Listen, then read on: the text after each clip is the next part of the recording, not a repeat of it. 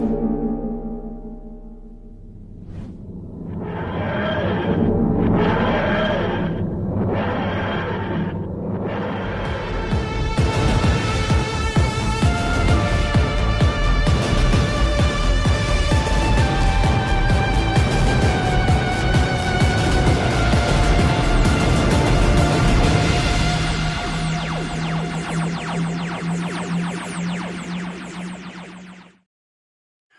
don't be afraid. It's only it's in a blue box.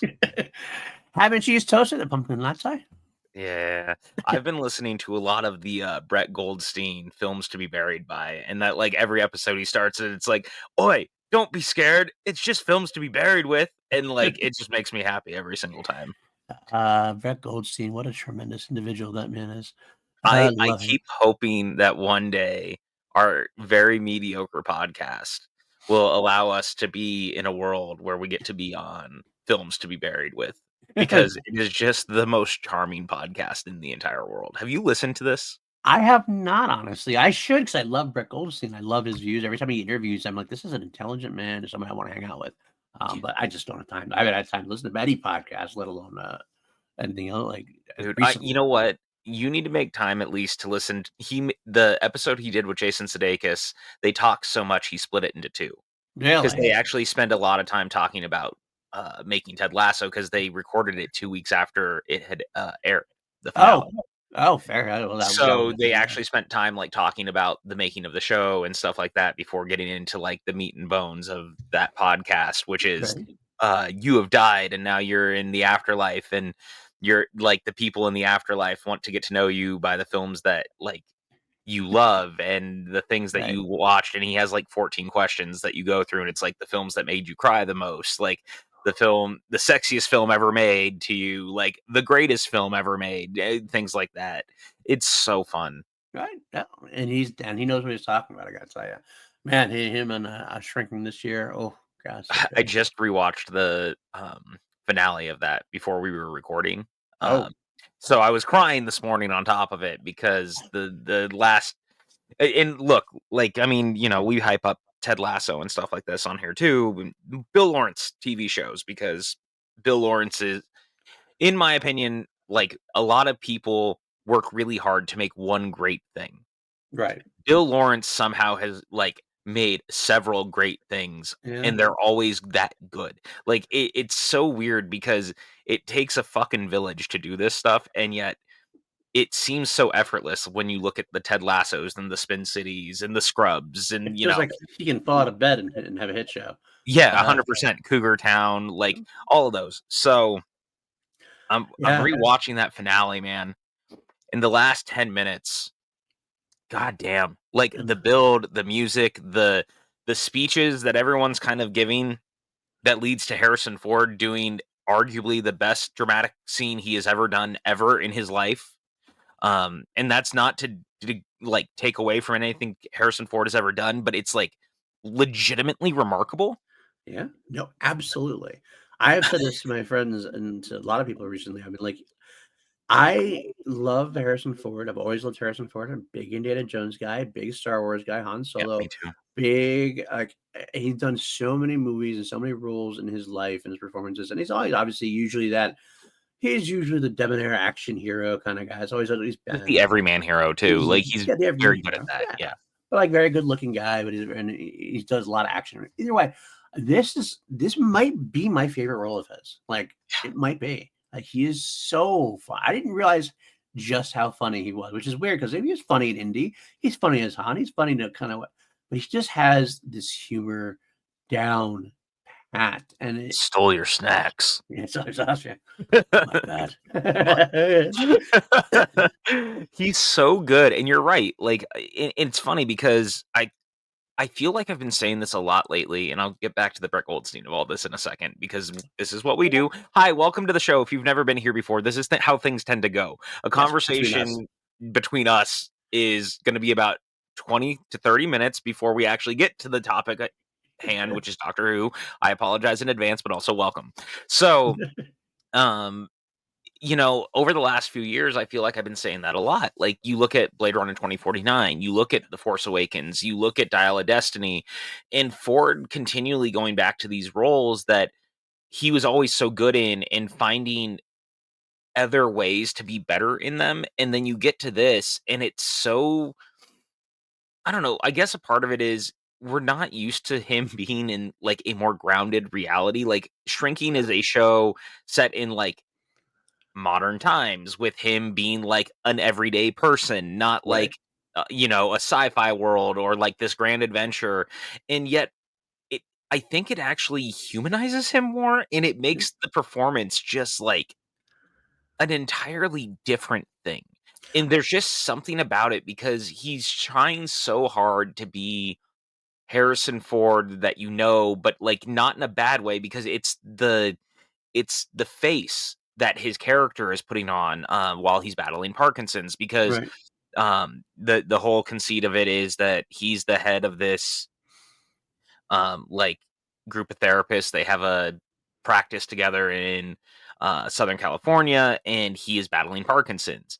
Um, and the last episode deals with like where that's all headed, Right. basically. And it leads to him giving like this really fucking incredible speech while Brett Goldstein, who is one of the showrunners and creators and stars of the show now, is contemplating killing himself. Right. And it's the performance, it's the speech, it's the two of them, it's like everything from this season building to that moment. And my lord, dude, like for 20 minutes, you're just sitting there going, I don't know how this is gonna go. And like Right. that's a credit to the show that it could go so many ways. Yeah. I mean, I would say just to touch back just a second, you're right in that this is such a grounded performance. I think why it's so different and affecting to us, it is because it is so surprisingly different from anything he's ever done before. Yeah, Like, I we think you're right. expect him to be able to be the action guy. We expect him to be able to be the leading man, or we expect him to be like the lawyer or Yeah, the yeah, yeah. The head of Jack the all Ryans of stuff. the Yeah, world. that we expect. This kind of like vulnerability we don't expect. And it's not like he's like all vulnerable all the time because there's still a lot of grumpy Harrison Ford fun Oh, grumpy moments 100%. and everything else. But he just has these moments you're like, okay, he's very, very human. He's a real person. He's not the icon, legend, star kind And of turn, which you is know what? even better in a way. It's even better. 100%. And I think it's so funny because his interactions in the show tend to be limited to like the direct cast most of the time within the Yeah, series, like with his character. But my favorite thing is like Damon Wayans is a guest star on the show. Damon Wayans Jr. Junior. specifically. But it's so funny because like when it's him or when it's certain other guest stars or the first time said actor is clearly interacting with him in a scene, you can actually see the real person behind the character having the moment that they're realizing that they're working with Harrison Ford. And the Damon Wayans Jr. version of that is one of my favorites because you can just see it on his face that he's like, I'm acting alongside Harrison Ford, and Harrison Ford is like threatening me. And it is such a like he delivers the line so perfectly. It was nice to be meet you and oh wait, and be threatened by you. Like Right, that whole thing is so fantastic. And Brett Goldstein, dude, because obviously he's here, he's there, he's every fucking there, Roy Kent. Like, right, yeah, we all know him as Roy Kent now. right. But, like, the performance he's giving in Shrinking could not be more different, and he is one of the writers on the show, and he is just such a remarkable talent, and like you said, he's just such a smart dude, Yeah, and so he's really amazing to watch in this, and just now listening to this podcast and just really I'm rewatching Ted Lasso again because I tend to cycle through the Bill Lawrence shows. It's like Bill Lawrence shows and Doctor Who tend to be the, like, comfort thing while I'm going through stuff. 100%. Uh, no shock. Like there's just something about it. If you've never Because seen Spin City, watch the first 4 seasons of Spin City and then don't worry about the last 2 because those are the seasons without Michael J. Fox and Bill Lawrence. But like when Bill Lawrence is on the top of his game, the stuff he does could not be better. And right. that's how I feel about Shrinking. Well, because he finds a way to perfectly wrap up laughs with humanity, with like powerful moments that we've all kind of been there in those kind of situations, Where and do we've you all think you are? uh, exactly. Oh, so good, And if so good. you know, You you know, know. yeah, absolutely. It's so good. It's so powerful. Um, Yeah, no, and you mentioned the last 10 minutes and which credits to the show, and you're right. I don't remember the last show I actually was pretty much sitting at the edge of my seat being like, this is like a sitcom type show in a way. Like Yeah. not really no canned audience or anything like that, but like it's the same kind type of format kind of thing. I was sitting on the edge of my seat, just being like, "Oh my god, is this gonna happen? Is this gonna happen? Is this how it's gonna go? Oh god, don't do it! No, don't Right. just call. Just do it and stop it. Don't and like you're like yelling at the screen. My wife the same way. Kim was the same way. Like we're like, Yeah. oh my god, oh my god, oh my god, oh my god. And it was the previous week too, like when Jason Segel's character was walking the streets and like Yeah. he's had his issues with like substance abuse. And like my wife goes, my wife just like out of nowhere, I'm watching intently. She just goes, call Paul. It's done so well, and I gotta say, um, because they said, season 1 was all about trying to find yourself again and, like, dealing with that and getting back up, and season 2 has been all about forgiveness, and the thing that I really love about that is that the this journey that Jason Segel's character is going on Yeah, is actually mirrored by the stuff that Brett Goldstein's character is going through, 100%. and I really appreciate that this show is telling the story the way that it is, because you can tell that the next season is gonna be about moving forward, and what does that mean? And I love where it leaves those 2 characters, Right. because they haven't directly said it, but they kind of have confirmed that Goldstein will be basically kind of like a main cog in next season. Right. And I love that, because they were like, "See, you get introduced at the end of the episode to, like, the new co-star of the show for the next season," and it's like, "Oh, okay, I see where we're headed," and I love that. I think that's really great, because this whole season, his storyline is just so heartbreaking, dude. Yeah, no, it really is. It really is. Like he makes you feel for a character that you don't normally feel for in a way, and but it's a genuine look into the life. I mean, it's not like it's like all completely realistic. I mean, I've said some people Of going like, "Oh, course. the therapy is ridiculous," and there's obviously that little bit of the absurd, little bit of ridiculousness to it, but it's okay to do that if the emotions are real, and that's what Bill Lawrence's characters and shows have always done. They've always had those real, Yeah. genuine emotions. Like nobody's as quick witted as they are as those characters are. They have that quick wit, every left and right zingers, like quick. It's just hilarious. Sorry. Right? Yeah. uh, it just they just do their thing, but like it doesn't matter because the emotions behind all that quick Mhm. wit and snappiness is there. It's real. And you can relate with that. Even if you don't know exactly what they're going through, you know that emotion, so you can kind of like gravitate Yeah. towards it. And that's what they do best. I mean, that's what Bill Lawrence has done best. What Drinking has done best. What Ted Lasso did best. I mean, we can go on and on about them all, but he's one of the greatest we've ever had. So I think Yeah, straight up, arguably one of the greatest showrunners of all time. yeah. One of the great comedy minds of ever. I hear I he's think, involved. I'm turning it on. Let's put it yeah, that way. 100%. It's such a bummer that he's talked about this a lot, but like the reason he's never made movies was because he was working on that Fletch prequel for Right. the in the early 2000s that never happened because of his interactions with Harvey Weinstein, and he hated everything that happened so much while they were involved in that he never made a movie. All right. Um, Which but is he sad. would still like to, but it's such a bummer because I feel like, especially in the 2000s when we had, like, that resurgence of studio comedy, Lawrence would have been a perfect, like, cog in that had he moved into feature production. 100%. I don't remember actually hearing about that too much. I forgot that you make mention of that. Was that before or during the Kevin Smith like looking at it? It would have been before Kevin Smith would be my guess, Okay. because with Weinstein so involved, it going to Kevin To next makes the make most sense sense. to me. Yeah. Okay. That's Um, fair. I only recently, because of the films to be buried with, that I even like learned the whole story Oh, because he talked about it a bunch on the podcast. oh, fair, fair. Because Brett actually asked him about making movies and like why that never happened and things like that. Still could, man. Still, absolutely, still could. You know what?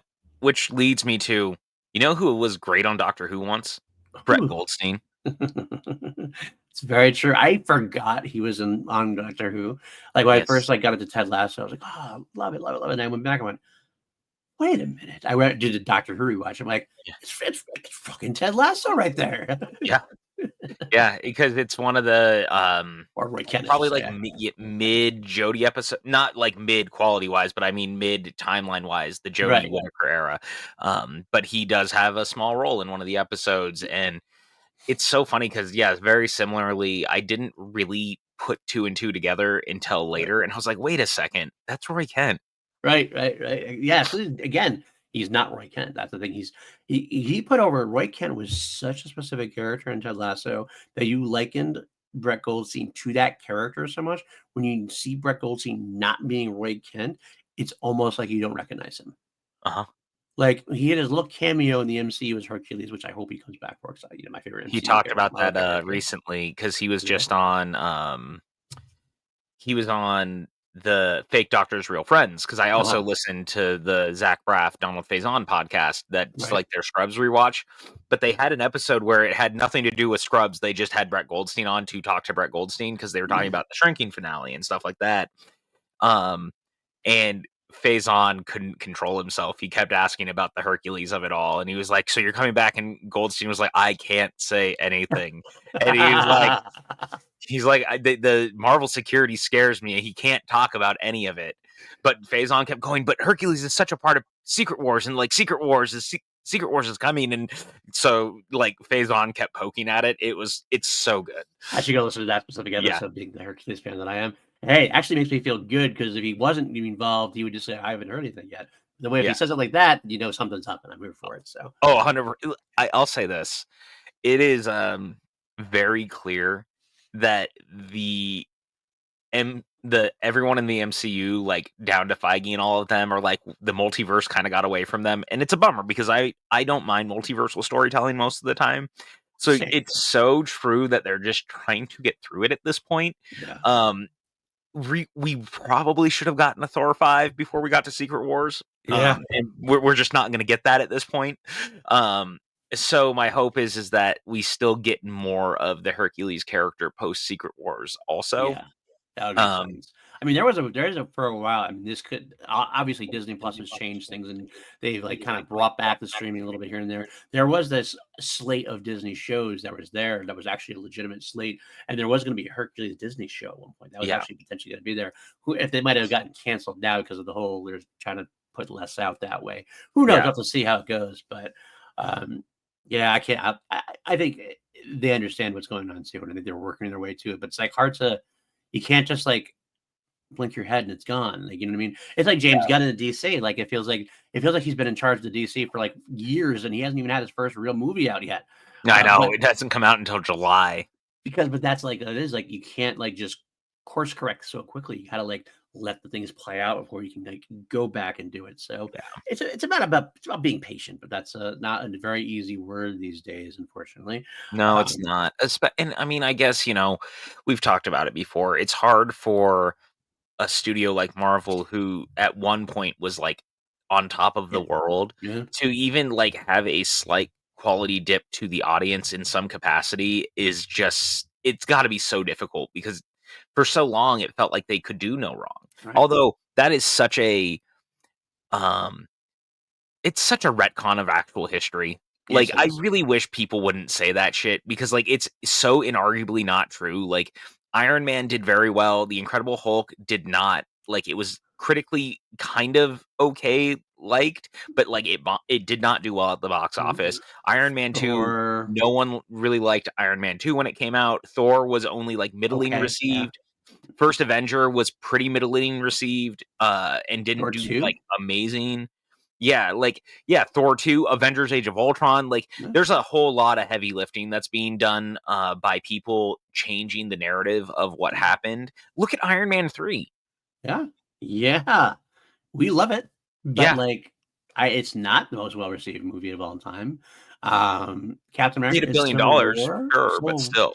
Civil War had a little bit of a criticalness, like, question mark to it. Yeah. So it just happened to be that way, but they still did more right than they do wrong. But unfortunately, they just haven't had that really. I feel like they got buoyed by some really big, awesome movies that kind of were their tentpoles. And we Yeah. really haven't had that in a while. Deadpool Wolverine would qualify, but like That and before Guardians. that, Guardians 3 Yeah. was big, but it still felt like it was like the end of an era, which is what they're struggling with too. Because ever Yeah. since Endgame has been that issue. It's like, well, where do we go from here? Because Endgame was such a perfect ending kind of thing. Guardians 3 was a pretty close to perfect ending for Guardians too. So it feels like, okay, so now just more of the same ending. Hell, Spider-Man No Way Home. Yeah. Yes, No Way Home. I was getting like Far From Home, No Way Home, No Way Home. That felt like a finale of something, even though we're getting Spider-Man 4. That still felt like it just felt like an era of finales, really, honestly, to be honest with you. Yeah. But I have this theory that we're within 10 years of seeing Tom Holland retiring from acting because he's already been talking about it a bunch yeah, that, like, it was at a recent interview, he was saying that, like, once he starts having kids, he's gonna stop acting. yeah. And now that he and, Zendaya. Zendaya are engaged, which is amazing. And now look, this is not a dig. I think that it's great for him if he decides that that's why he's doing like the non-alcoholic beer company and stuff like that. He's finding other ways to do stuff. Yeah, And I think that's why you see him taking such interesting projects also like outside of the Spider-Man stuff. But I think we've only got like 3 more Spider-Man movies in him and like a handful of outside of appearances. yeah. So If that, I I I think. I think that he's gonna do at least another 2 movies. I would go with that. I'd be Yeah, sure about that. Yeah, 2 and like, outside appearances, maybe like a third one where he's like hand the torch over to Miles or something like that. that's kind of what I'm anticipating. So in my head, I'm seeing it more like, I think we're gonna get 2 more Spider-Man movies, and I would not be shocked if the last one, kinda similar to No Way Home, is, instead of being multiversal, but is a, like, Multi Spider-Man two-hander, one. and you call it Spider-Men and do it, like, based off of that, Peter Parker, Miles Yeah, Morales crossover. absolutely, absolutely. We've gotten away from ourselves. The Brett Goldstein of it all was where I was going with the Hercules thing. I was saying, let me bring it What, back. us getting away from it all? I'm bringing it back now. I was gonna say he did that minor roles Hercules, and Hercules is kind of Roy Kentish, so I can kind of see that. Yeah.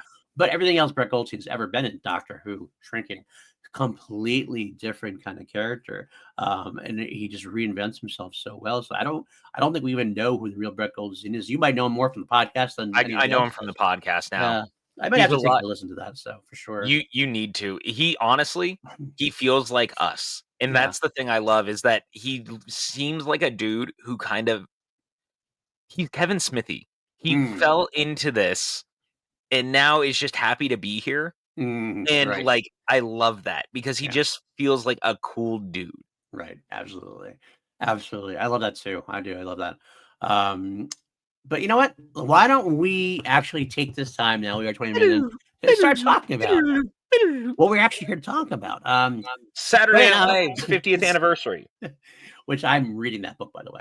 I've been loving that book. Oh, dude, that book is so fucking good. It's so long, but like it's the way it's like set out is just it's just amazing. I'm reading all sorts of things I had Did you no idea about. did you see the movie? I did. One of my favorite movies of the year. I think my Mine second favorite too. of the year. I think It was was the my movie. number 2, Yeah. just behind Rebel Ridge, because Right. Rebel Ridge is Mhm. fucking outstanding. I put But Inside 2 out 2 over it. I have a real affinity for that series. I can't even explain how how much I have an affinity for that series. yeah, So I might have liked it more than even than Medi did, but it's fine. I But loved I it. do I know too. You know that. Yeah, I know. Saturday night though, yeah. Saturday night I was flabbergasted how good it was. And Yeah. we are kind of unfortunate, like not unusually standing alone in how much we love that movie. I feel like it got like mid for a lot of other people, but Well, like for I'll say me, this, it hit home. Brett Goldstein is on our side. He had Did it? Jason Reitman on, and, Oh, like, they nice. talked a bunch about it, and he was like, it's one of the best versions of, like, watching that type of story ever," and he was talking about how much he loved that it was just, like, a chaotic type of film, and I thought Jason Reitman said the most interesting thing, on that podcast about that movie in particular, and he was like, "It's not a movie full of scenes, it's one long 90-minute scene," and it's Yeah. so accurate. Yeah. Oh, absolutely. because it feels like it should be in a way. It's almost like you want to set it up that way. It's SNL should almost be a set of scenes, but it Yeah. is. It's just one, and the music like carries a large load of that because it kind of always just keeps the momentum going. And we're going from room to room to room to room to room, and we're just seeing all these characters and how they're developing or not developing in some ways, and Yeah. the different personalities clashing and the excitement, the tension, the kinetic energy. You could feel the kinetic energy, which is what's most important about that movie, to be It's the honest. most cocaine-infused version of a Robert Altman movie I've ever seen, and that's considering Uncut Gems exists. That's fair. That's a good call. That's a good call. Because Absolutely. So, I remember when I saw Uncut Gems, I was in New York. I was visiting our friends back in New York back mm, when that came out, so that must have been the December 2019. 19? Yeah, that makes That sense. sounds right. Yep. And we had gone to the Alamo Drafthouse in Brooklyn, and we were walking out, and, like, I was kinda coming down from the movie still, and our buddy was like, I can't tell. Did you like it? And I was like, don't get, dude, I fucking loved it. I was like, I just feel like I watched a Robert Altman movie that did so much cocaine, though. Like, I'm coming down from that. Because, like, Right, if you've right. ever watched a Robert Altman movie, you know how his movies operate. Like, Mm, the scenes sit and everyone's talking over everyone, and, like, there's high tension to just about everything that's happening. And Uncut Gems is that movie, but fueled by cocaine. And yeah. then I watched Saturday Night, and I was like, "Oh my god." Like, it's just it's honestly a Robert Altman movie on LSD, cocaine, and heroin. And there's so much going on in that movie Yes. that, like, the best part, and like a lot of Altman movies, there are moments of like pause, but those moments are so much more effective than they would be because they are pausing you from that kinetic energy. Like, because you're going like 2 hours, like Yeah, and yeah, yeah, having yeah. just those pauses, like the scene in Saturday Night where Belushi's on the ice. That That's kind one of of the thing. best scenes. Yeah, it's phenomenal. It's phenomenal, but it has that just enough of a pause and attention just to get you, let you catch your breath before we go back into it full on out for Well, the rest it of the also film. it leads to, arguably one of the, like, lighter moments also Mm. of, like, Belushi doing, like, the standoff and then being like, I'm gonna do a triple axel," or whatever it is, and Lauren being like, it's Okay. John Belushi. I can't mess with this dude because he's just toying with me at this point. I just have to give in to the chaos The that is John madness. Belushi. Uh, Yeah.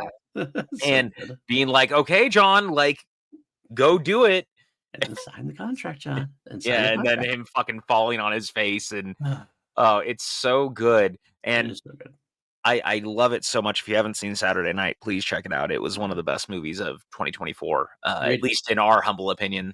But we're two mediocre white dudes on film, as our other podcast is aptly named. Right. But with that, I know why you guys are really here, and we should probably get to it now. We're about 28 minutes into our Doctor Who podcast, and it's only come up because Brett Goldstein was in Doctor Who. But Briefly. we are talking about the 2024 Christmas special, Joy to the World, which premiered on Christmas Day across the world on Disney Plus and the BBC iPlayer, and BBC, obviously. As it But should. yeah, as it should. And here we are. We're talking about the first, or I'm sorry, the second Christmas special in the new run of Doctor Who, Mhm. but the first since Twice Upon a Time to be written by Stephen Moffat, Yes. who got to write the Christmas special this year. Potentially his last. Yeah, Man, things he's said a lot. he has said a lot. This kind of felt a little more. I mean, I honestly wouldn't be surprised if he gets drawn back in. But he's intending it to be his last, for sure. But it's the first full on shooty. Um, that's not allows him to be the Doctor because the Mhm. first one is carrying the weight of really introducing him to the world. His first full episode was the last Yeah. Christmas special, and this one we've gotten the season out of the way with him. We know this Doctor is now. This is where we get to like kind of relax a little bit and not have the weight carried on his shoulders to like really introduce yourself. This is who I am. We know who you are now, and we get to Yeah. see it and unfold. And Yeah, and with that in mind, because of all of that, the other interesting part is that this episode kind of feels like an interesting culmination and greatest hits of some of Moffat's favorite stories, and like there's references to so many of the other things that he has done throughout the right. episode. It kind of reminds me of this sounds so weird, but it tracks if you pay attention. It reminds me of if you ever watched Die Another Day when it came out. Because at the time when Die Another Day came out, it was the 40th anniversary of James Bond. And so when they did the episode, or when they did that movie, they filled it with references back to all the other movies, like Right. whether it was character beats or whether it was just like a one-off reference or like a site thing. You would catch little things here and there that was like, it's not a good movie, but like it is a love letter to Bond. This very much felt like a love letter to Moffat's era of Doctor Who, while also kind of like taking little swipes at some of his critics and like embracing the bootstrapping paradoxings of it all that he used to fill his his stories with. And I kind of loved that. Oh yeah, because like there's some fans who have been very like they're ready to get like upset about like the idea like, well, that doesn't make any sense. And I wrote that like in my notes. We'll get to it. The idea of where he got the code from. Like, that was where to get it from? It doesn't make sense. It's not supposed. It doesn't have to make complete Right. sense. It's a timey-wimey. That's the whole get behind. If you're looking for like sci-fi, hard sci-fi, Doctor Who's not really the show for you. To be completely honest, we got monsters, you got mythological creatures, fantasies. Part of it has always been like a little. It's about fun, and then, like as long as you're having fun with it, that's the important thing. Looking the other thing that was mentioned, every hotel room has the door that's Yeah. locked, and what is that door? Oh, yeah, the door that leads to the Time Hotel. No. Honestly, most of the time it's just that it's an adjoining door, and we all know that most of the time it's an adjoining door to the hotel. But like, you're supposed to ask yourself, what if? What is this magical thing that we don't know about? And like, if you just let yourself buy into it, that's where the fun can come from. And Moffat 100%. helped out. Well, and that's what Moffat's always been good at. Like, say what you will about him as the showrunner. Obviously, I've made it no real great secret on the podcast that to me, I think he's an all-time showrunner for the show. Yeah, I love his just like brazen version of wibbly wobbly timey wimey and like really embracing that. But it doesn't matter if it was him as a showrunner or if just him as a writer. Like when you look at Blink, he always took the mundane and turned it into something interesting yeah, sci-fi wise, whether it's the idea of angels that right. are like stone statues that are actually, they're not killing us because we're always looking at them. Like I Right. loved the idea he found the whole thing about monsters under your bed. Yeah. Hell, even this idea of a door that doesn't open that you may not see was kind of born out of the 11th hour, Yeah. because the 100. 11th hour totally leans on that type of, the door you don't see in your house out of the corner of your eye. Absolutely. And we also have this whole, I mean, the lodger, the whole Yeah, pretty much that's the whole middle of this episode is kind of a sort of not retelling, but it's another version of the doctor stays somewhere with a human for extended period of time. What does that do to him? What is that? What kind of hijinks can they come up with? yeah, It makes sense. 100%. And it's great and it works for that. And it's so interesting because old Angsine is so interesting just as a device in this, as a use of song, because Right. he uses it very specifically at the end of Twice Upon a Time. But even in the audio dramas, like they did a New Year's Eve episode with Christopher Eccleston a couple of years ago Mhm. called Old Lang Syne. So Oh, like it's interesting how much this idea of that is coming around again and again. Because remember, even the Eighth Doctor, like in some of the books, they've talked a little bit about like Grace didn't like this song and all of these things when he had met her during the movie. right. And the Doctor, of course, was like, "Well, I like it because it's Scottish, because I have a affinity for all things Scottish." And I love that. I feel like this episode, the more I think about it, it is just such a warm blanket episode of Doctor Who.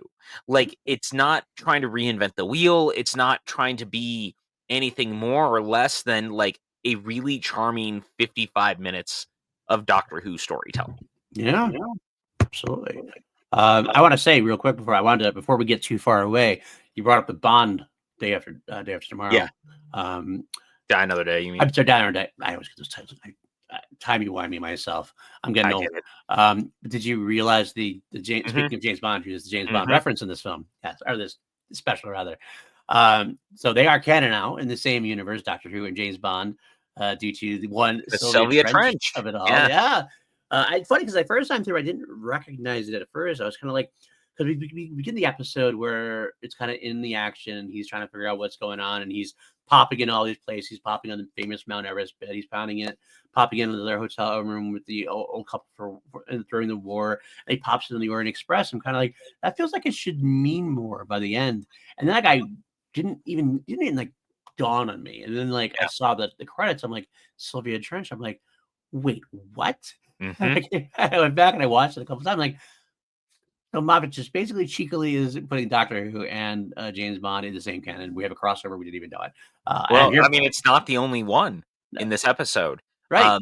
because there's also, if you're looking around in the Time Hotel, there's also a hobbit hole.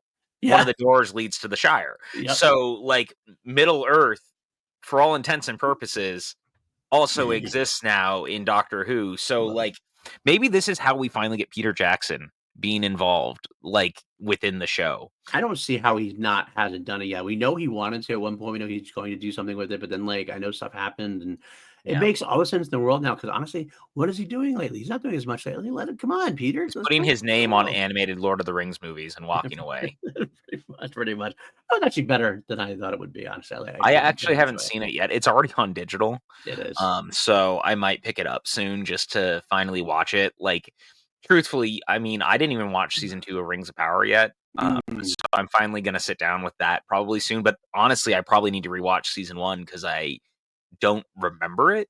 That's the problem with streaming shows, and they take like 3 years between shows. You're like, wait, what? Like Dude, Severance is coming out soon. I'm like, I don't remember that, and that was a wild, crazy kind of show. yeah. Like trying to like get to that again. I'm like, I got to at least find a YouTube video explaining everything again because I don't remember a damn thing about it. I couldn't tell you anything that happened in Rings of Power other than, the falling to earth. I loved the first 2 episodes, but, like, that was a very deliberately paced show, and I Mhm. felt like because of that, I fell off of watching it That's fair. faster than I would have liked to. That's fair. Um, so it's one of those, I do wanna get back to it, I just haven't yet. It's tough But I when will. shows feel like a slog. Yeah, Sometimes like you love the world, you love the characters, you even love some of the stories, but sometimes you're kind of doing it almost out of obligation. We had that conversation about watching What If yeah, recently, where we love superhero movies, we love comic book. We're not fatigued from comic book or superhero movies, really, not truly anyway. not truly. Maybe a A little, little, some, a but little bit. but that But like Superman trailer's given me life, so it's Mhm. fine. Yeah, absolutely. But then like when What If came about, I kind of found myself watching it. I was like, I don't hate it. Actually, I like it better than a lot of people did. But yet I still kind of was like, but I don't need to watch the next episode. I'll watch it because it's part of the universe I love, and I gotta eventually get there. Maybe this might tie in. Like, I guess this is kind of how they draw you in. Like, you can't miss it, so you better watch it because it might come into play later on. It's like, Yeah. okay.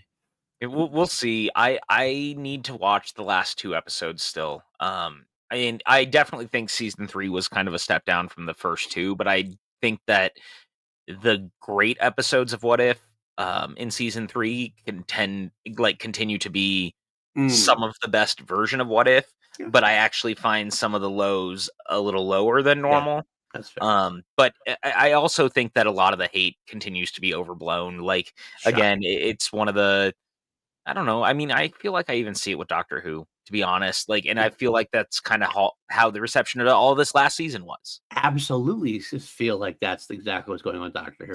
I realize with every fandom possible. I mean, I just remember maybe it's just me being like back in my day, but back in my day, I never remember like this kind of vitriol towards anything. Like it'd be like a Unless it was Star Wars. Like, I can't give Star Wars the pass when you look at the stuff with Jake Lloyd and well shit. with the prequels and stuff. Yeah, Yeah, the prequels. I guess yeah, you're not wrong. That's how the beginning of it. Most of the time though, like it gets to the point where like you watch something, if you didn't like it, you just didn't watch it, and you're like, okay, not for me, move on.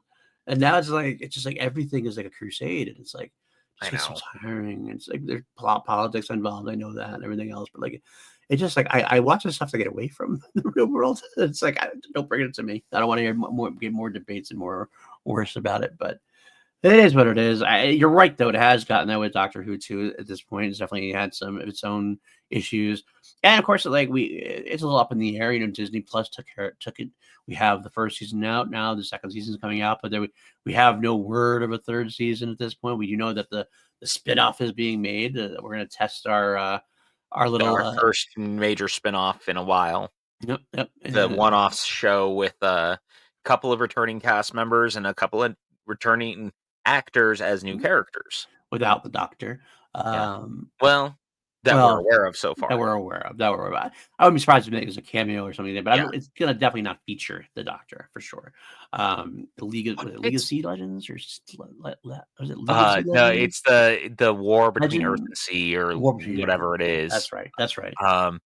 What if, and this is me spitballing just for funsies, because I don't think it's gonna happen, but how cool would it be if like the TARDIS shows up and like you're sitting there and we're all expecting like Ncuti to walk out and like fucking Paul McGann walks out of the book.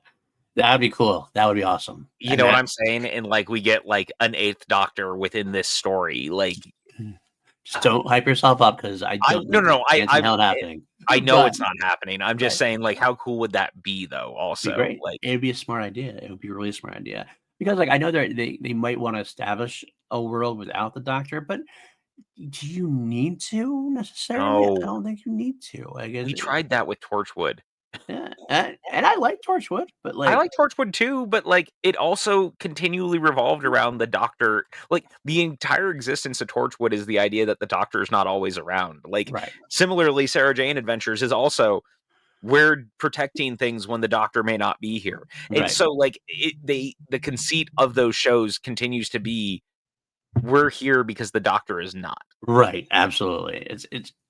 It's a strange thing. I'm not gonna lie, but like I just feel like I don't know. I will see. I'm excited about it enough that I'm looking forward to it for sure because I do love the universe so much. That's the important thing. Well, I mean, I do too. But like, I wish we were like in better. I wish I felt better about it staying on Disney Plus at this point because it just feels like there's like all these articles about like whether it's doing well enough to stay on. It was in the top 10 shows during the Christmas season. So that's a good thing. I gotta say, like, look, streaming is not viable. I have talked about this a ton. I think that the overbearing need for streaming is, and like it being forced down people's throats when like very clearly some people would just rather watch television. Yeah. Is kind of a problem. But for a show like Doctor Who, where it definitely is it's a very British property. It's one that Disney's been trying to get involved with for a long time. If it landed in the top 10 of their streaming everything on the platform over the last, couple of weeks, that's a pretty big win for them. Yeah, again, because that's a worldwide thing too. Like that's just not America. Like that's a worldwide thing. And if people are watching Doctor Who on Disney Plus and putting it in the top 10, that's a pretty good thing. Again, not saying it's like monumental or anything, but also viewership is just different now.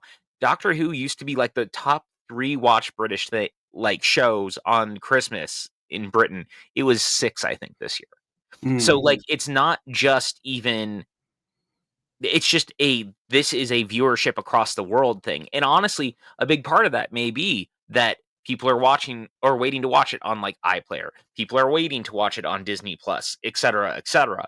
Yeah. But people are watching. It's performing exactly as you anticipate Doctor Who basically to perform. That's what I hope it continues that way. Because I do think, like, I know some people don't like it. I think that this is the best. I think the best setup they could have. A little bit extra money from Disney. You still maintain the rights, still maintain creative control.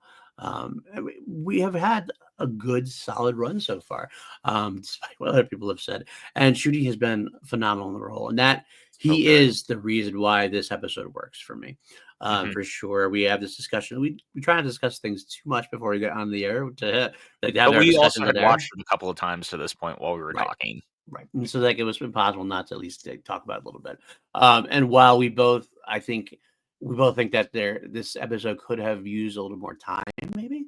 little more expanded out a little bit, kind of like to let it settle instead of it feels a little rushed at times. Yeah, I think it Um, needed to be about 15 minutes yeah. longer. But at the same time, like it works because primarily Ncuti Gatwa is a absolute joy. No pun intended, because the joy of the world, but like he's an absolute joy to watch, and he's become such a phenomenal doctor in a short amount of time. He really is magical. He really is, and the thing that I'm really coming around on with him, and not in a, like a, "Man, he needed to win me over." He won me over Yeah, from the giggle on. yeah, So, but the thing that I really love, and it's a thing that I don't think any of the doctors since McGann have had this, and this is not a dig because everyone plays the role differently, but there's a side of him that the darkness is mostly gone, and it's the same thing I feel with 8 a lot of the time through, like, the stories on audio and things like that.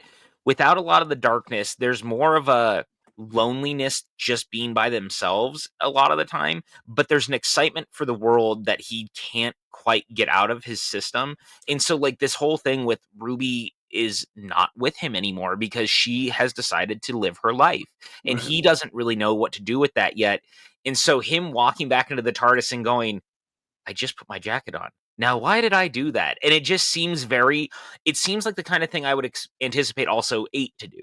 And I continue to go back to that, like, 15 and 8 are very similar, and I kind of feel like Shooty is a Paul McGann fan and is kind of finding, like, that humanish, like, schoolboy version of the Doctor. Yeah, you're not wrong.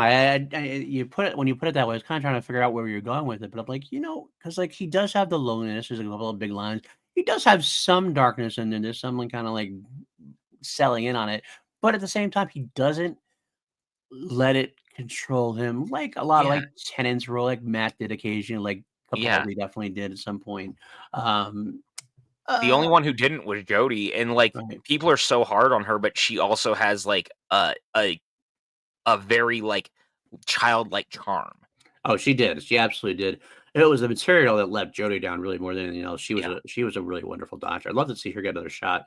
Well, At least we're getting yeah, a whole season of, big finish, yes. episodes thanks to Big Finish, so that's Nice. cool. That is cool. That is very cool indeed. But yeah, what about it? I love that scene you mentioned. One of my notes I was gonna bring up. It right away encapsulated the doctor. He has a scene where he just leaves, or he's in the hotel. He comes in the hotel and he just stops himself. He's like, "Why did I put my jacket on? Why did I grab my Sonic now? Oh, that's interesting. What Yeah, did I see?" Because he's always thinking much faster than even he can like keep up with sometimes. yeah. It's a great doctor moment. It's just I love it so much. Oh, it's so good, and I love, when you see Joel Fry, like, kind of confronting him between all of these sequences, and him handing him the cup, and he goes, why are you don't is there another person with you?" And him going, "Oh, man, have it. Here, keep the cup. It's bigger on the inside." Like, oh, the little things that Shooty is so good at doing, and Right. I just love it because it really again, there's just this side of him that is so wondrous and Yeah. just so, like, even when he's sad, there's, like he's like, "I'm gonna find a way to be fun and exciting and just kind of the boy." Like, Yeah. a boy as the Doctor, and I love that. There's just it makes the performance fun, it makes the episodes really fun, and it really just goes to show how quickly he embraced being the character and how well he has taken on the role.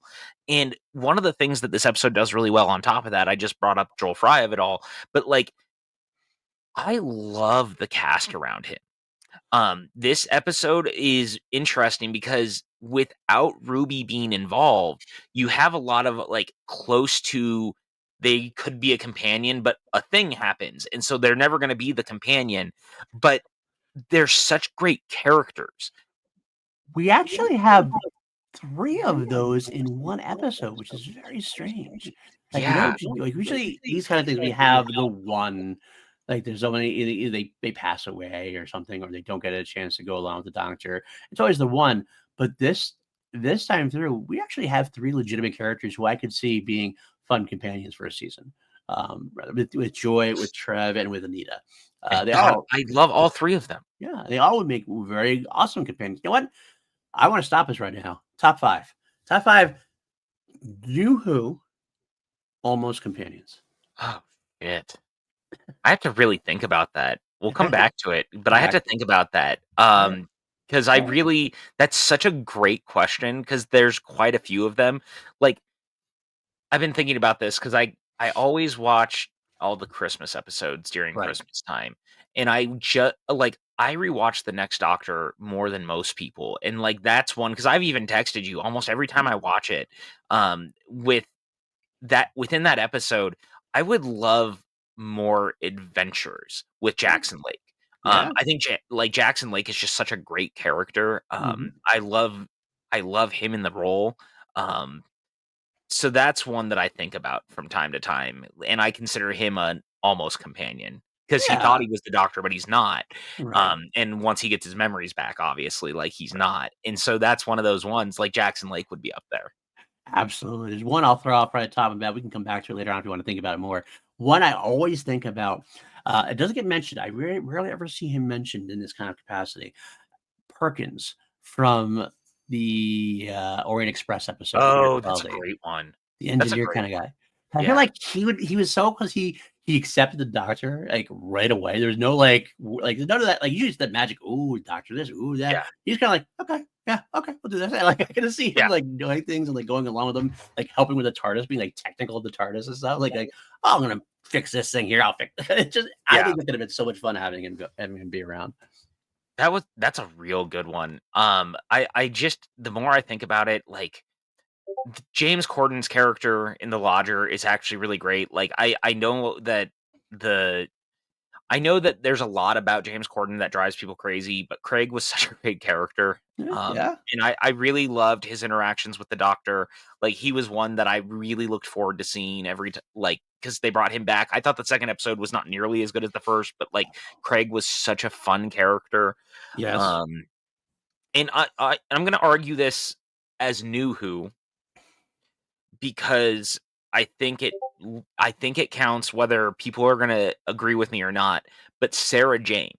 And I say that because she is asked to okay, rejoin the TARDIS right, at the end of okay, the episode, and she says no because she doesn't wanna get hurt again, and because she's gone through that before and, like, been left by the Doctor and all of that, because the idea of her actually teaming with the Doctor at that stage in her life would have been really interesting. It could have been so different, but the fact that she's the one who walks away this time made it so is so fascinating to me. yeah. No, that's a good choice. I actually like that idea. Yeah. I'd count it. She was not a companion per se for New Who, so Yeah, that's why I was like, the argument was specifically for New Who, so I'm gonna say it, like, it's same thing. it's definitely a very unique situation for sure.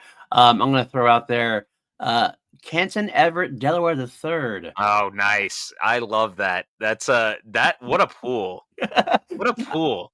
Mark Shepherd would be so Yeah. much fun for them to go around with, and I love the fact that he was, like, this tough guy, but he had, like, this very, like, no nonsense approach to it, but yet, like, God, he he was kinda so good. yeah, he had this, like, magicalness about him, like, when he undersaw the magical stuff, he kinda, like, saw him take it in and try to, like he was such a character who was in control, but he had to, like, Yeah. lose control just a little bit, but he could have been Love a lot that of fun to go with. love that his dad played him in the Yes, future scenes, which I thought was so cool too. it's a good idea, Which, yeah. like, because they look so alike that Smart, for the longest, because I had never gone looking into it, I always thought it was just him in old man makeup. right? And then it was like, "Oh, no, that's, like, legitimately his father." I thought that was such a cool idea. God, people are so hard on season 6, but, like, those first 2 episodes Oh, yeah. with him in it are I mean, honestly, I like the whole season, but, like, the the opening is just, like, those first 2 episodes involving the astronaut and all of that Yep, is just oh, it's so good. good. I'll throw out a couple a little more, then we can move on if you wanna think about it. Yeah. I would throw out there Wolf, would always been a good Oh, one to do. yeah. I was Which trying to fuck, we were so let's close to get it. actually getting him in the TARDIS I too. know, so close, so close. Oh, fuck. RIP, man. Yeah. Astrid is kind of the typical one for this. Yeah. Like that's one that's typically brought up when talked about that because her passing was such a momentous thing and that special. Yeah. And finally, I'll throw out there Sally Sparrow. Oh, They were yeah, the fun Sally ones. Sparrow's a great one. I mean, it just makes sense. Yeah. And maybe because the actress is also so good as well. So yeah, Well, right away, plays a big part, honestly. yeah, seeing her like full on every week with it with the doctor would have been mwah. So Yeah. any other one you want to throw out there? Or No, I'm gonna think about it a little bit more while we're sitting here, because like, the funny thing is that arguably most of them became companions over time and/or, like, were around enough that they kinda filled that void that in some role, I guess. capacity. That makes sense. Um, I'll say this, you know who I would have liked to see? And it's is Yonto. I think that Yonto being a companion would have been very cool for even for, like, an episode or 2 just Mhm. to because Yonto is such a great character, and I love him in Torchwood, but I would have liked to see him not have to be so brooding, and that's actually why I love his few scenes that he has in the season 4 finale, because it feels a little bit lighter for him in a way that he doesn't normally get to play. Mhm, mhm. So I think that could have been fun. That would have been a Yeah, really great role for him. I don't disagree. I think that's a good. That's another great one. I'll throw out there, John Frobisher then from Torchwood. Just Oh, because there you go. There you go. he's got to go the Oh, 12th and Doctor then though. He's got to go the 12th mid Doctor. what is it, Midshipman Frame also Yeah, from Voyage of the Damned, would have been yeah. really good too, because he's such a Back in great one of the, character. and he's one of the returning actors, of course, for the Yeah, upcoming spinoff. yeah, So yeah, the war between land and sea. thank you for remembering that 'cause I can never remember that, and that's not a good sign that I can't It's remember the it's a title, but mouthful, and it's probably gonna be also like the ballerina movie where it's like, "From the from the world of world of John Wick, Doctor Who. ballerina," where you're like, "Stop this." So it'll be like, "From the world of Doctor Who, the war between land and sea," and it's like, that just sounds like a arc in Doctor Who. It does. It took like 10 minutes. It took you 10 minutes to say the name. It's like, okay, let's just watch this freaking thing already. Yeah, right. Do we know when that's coming out, by the way? Is that coming out this year? Um, I Or it's supposed to be after season 2, so my okay, guess is it's gonna be late this year or early next year, 'cause okay. I'm gonna guess it's gonna depend on what happens with season 3 also. Yeah, that's true. That's true. I forgot about Because that. the idea was supposed to be, and again, supposed to be, That's was late that planning. they were gonna do, like, more of these one-off spin-off type things to, like, fill the void between seasons. Right, right, The problem is we really don't know what's happening with all of that right now. So right. until we know more, um, we'll have to wait and see. It wouldn't Um, surprise me at all if, like, because I know we have to. We right now, as far as we know, season 3 has not been greenlit yet. We don't as know far that. as we are aware, no. So it could be like they're waiting to see what's happening with season 2. They greenlit. It's going to take a little while to get together, so we're not going to have it again in a Yeah, year from now, like the original idea was. Maybe they'll push the spinoff till like next spring when Doctor Who season 3 would have been, and that right. kind of fills our gap or whatever potentially. Yeah, and I think it's 5 or 6 episodes, so, like, Mhm. it's only gonna do so much, but, uh, that's kinda the idea. Yeah, Um, okay, back to the Time Hotel. back to Time Hotel. Yeah, Back please to the go. Time Hotel. One of the things I really love with this entire episode and just like the conceit of it all, this idea that there's a hotel, anyone can go there, you can see all these historical events. I love how many of the events tie back to things that we have seen in Doctor Who. Because some of them are like the bombings in London, which is clearly like Stephen Moffat calling back to the very first episode he ever wrote of the show, and Right. like the presidential assassination package, or Pompeii is one of Hmm. them. And the Doctor has been on Pompeii more than, or been to Pompeii more than once, depending Yeah. on which version of the Doctor you're talking to. Like all those little things were kind of fun and cool, and also this idea that the Time Hotel is also really like a seedy organization that is going to destroy the planet to create a star Right. is so typical Moffat. Like, it's Yeah. exactly the kind of thing I anticipate from him. Absolutely, absolutely. It's a big deal. I love like, just the concept alone. It's like one of the things like, how have we not had this concept before? Like how like this feels like it's such like a Yeah. Doctor Who, like it almost would be a stable almost in a way that we've been to Time Hotel like 7 or 8 times by now because it just makes so much sense to do it. Although I like it's funny, it didn't come into play here, but Steve Moffat said something effective like in an interview. He was like what happens when a hotel doesn't sell out? You can go Yeah. get off the days from the, the previous days that weren't or whatever. I was like, that's a great idea too. That's a total like a corporate business way to look at it as well. Yeah. So fun, so It fun. it is, and I like that it allowed for a couple of the fun sequences of him ending up at Everest or ending up on the Orient Express, and, the Orient Express was a thing that Moffat more than once referenced throughout the series. Right? Yeah. So, like, he's really pulling from a lot of his past to tell this story, and I really like that. Yeah, me too. I mean, it definitely the whole thing felt like almost like a greatest hits at times. Getting to three, but then that's a great thing too about it because like we usually a Doctor Who episode generally is we take our doctor, take our companions, and we go somewhere for an episode, whatever it is, whether it's World War II, whether it's whatever it is. It just is one thing. This kind of concept could let you go to so many different places, so many different times, and so many different crossovers. It's almost like the world between worlds in Star Wars. You could use a time hotel as a way for the Doctors to kind of reunite with each other in a way without having TARDISes to go through whatever. It seems like Yeah. it's a cool kind of an idea. I do like. I think they use it well for what they're going for. It's so interesting too that this episode became a TARDIS light episode, Right. which I would not have anticipated going into it. But the Doctor getting stuck for a year without the TARDIS is actually such a great idea. Yeah. And it again, I'm gonna do this a lot, and I always do, but it actually reminds me there's an Eighth Doctor audio set they did over the last couple years called Stranded, Mm. where the fallout is that the Doctor and his companions get stuck on Earth for a little bit because of something that happened in the previous stories, and so they can't use the TARDIS, and he has to, like, live and be in London in the 2020s, and he Right. doesn't really know how to handle it, and I kinda loved that this leaned in on that sort of idea because that's a thing that goes all the way back to the 3rd Doctor, right? Post the War Games, Right. that was kind of how 3 ended up here, was he was stranded on Earth working with UNIT, like, all of that stuff, and so I like these kind of stories because I think it forces the Doctor to, like, self-examine and actually be reminded what it means to be human because he's pulling humans out of their lives all the time, and now it forces him to live their lives Yeah. in a way that he doesn't always see, and I love that version of doing that with the character. Yeah, and happened before, obviously, it'll happen again, and some people have I've read some issues like, "Well, what does he learn then?" This is the Doctor, he's That been he needs around a for so chair, long. Oh, he's obviously. a chair, yeah.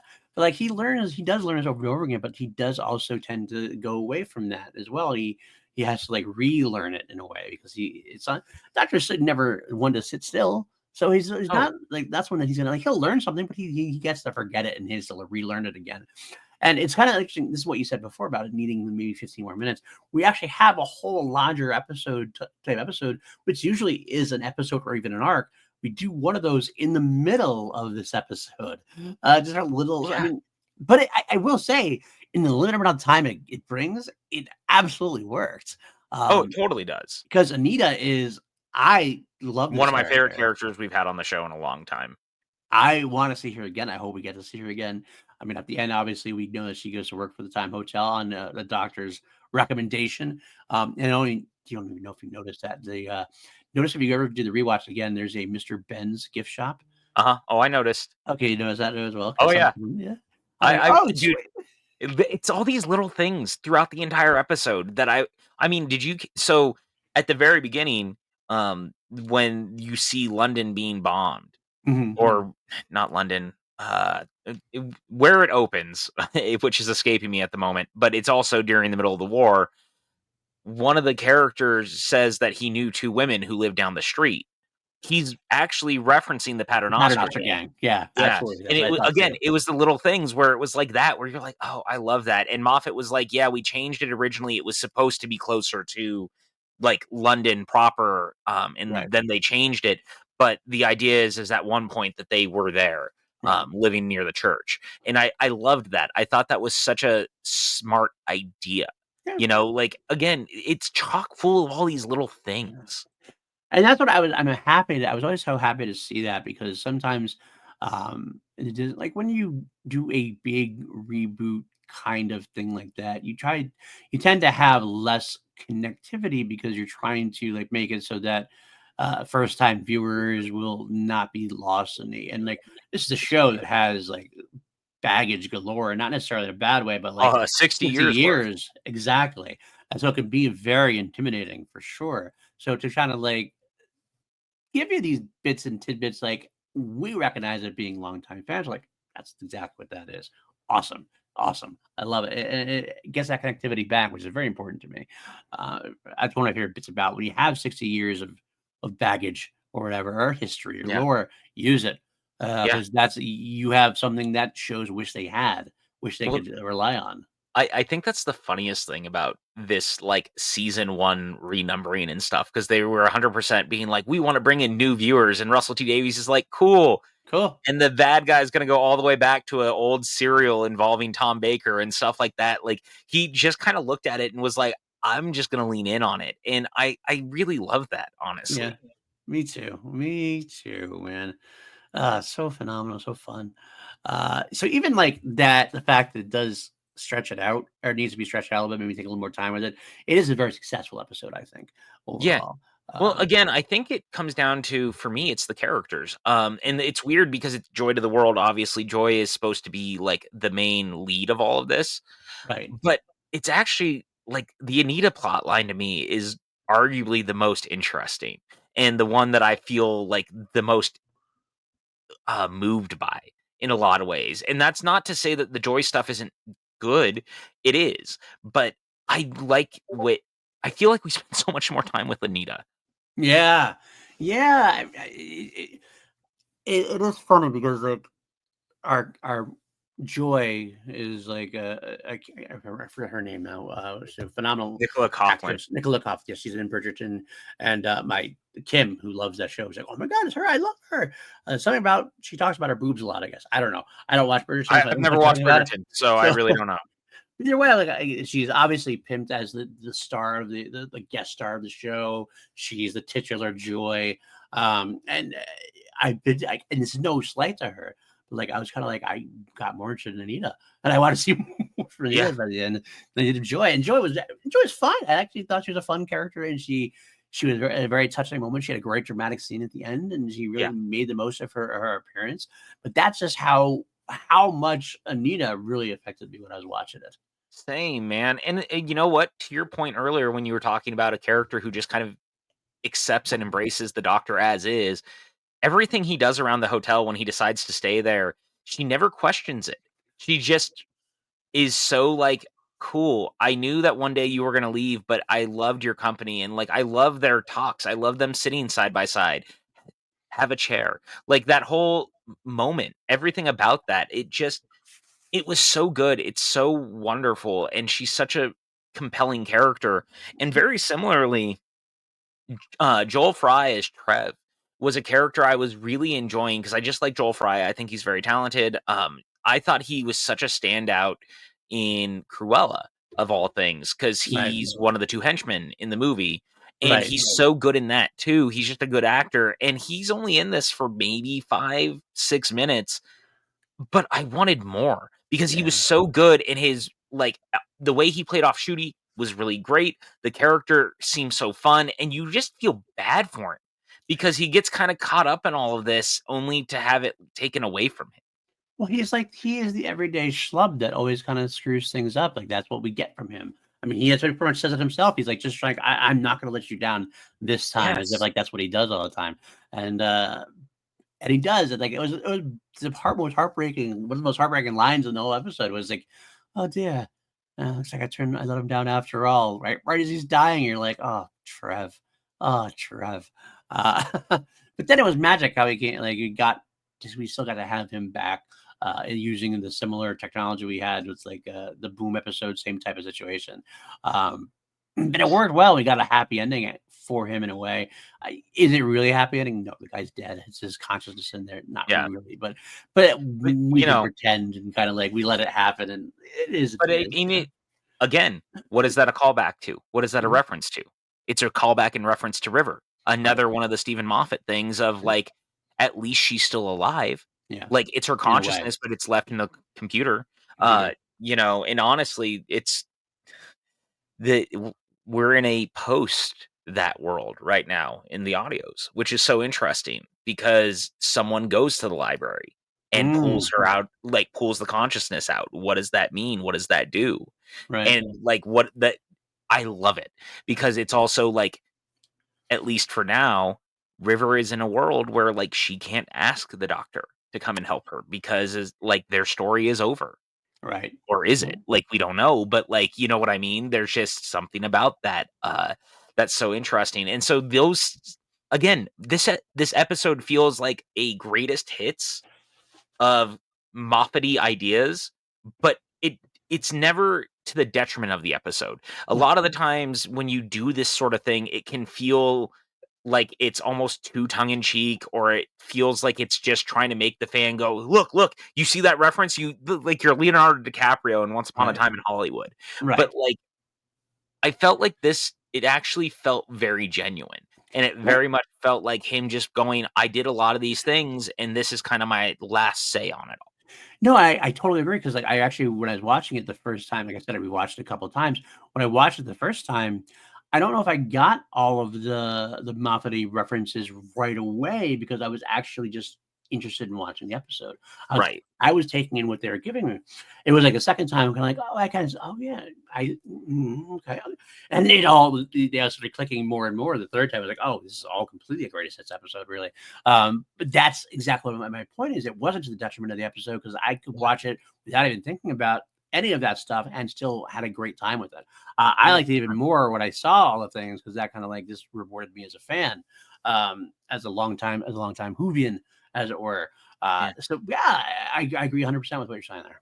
Yeah. See, it just works. And, you know, the more I think about it, the fact that I feel like Joy arguably has like the weakest storyline says something. And that's not again, it's not like a dig at the episode, but it's just so fascinating because it's like Joy to the World, it's clearly referencing her. It's clearly referencing the song. It's clearly referencing where we're leading to. And yet, for some reason, her story is fine. And like, it's fine. Yeah. The rest of the episode is just so much more interesting. It and is exactly it because like it's funny because that's like I said before, she's the focus. She Yeah. is the titular Joy, and she is the basically the bookend and even a good chunk in the middle. Yeah. But it's not about her. It's about the doctor's reaction to her and what it means for his story. Honestly, because we need a doctor. These are always transition episodes, Christmas specials. Are always almost always transition Almost episodes in always. some ways.